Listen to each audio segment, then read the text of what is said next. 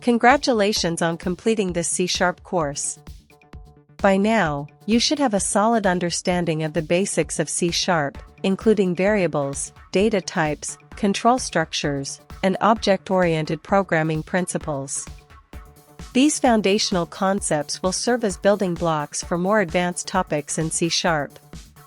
As you move forward, continue to practice by working on projects and exploring additional resources to deepen your knowledge. The world of C# development is vast, with countless opportunities to expand your skills from web development with ASP.NET to game development with Unity. Keep coding, and don't hesitate to revisit the concepts covered in this course as you grow more comfortable with the language.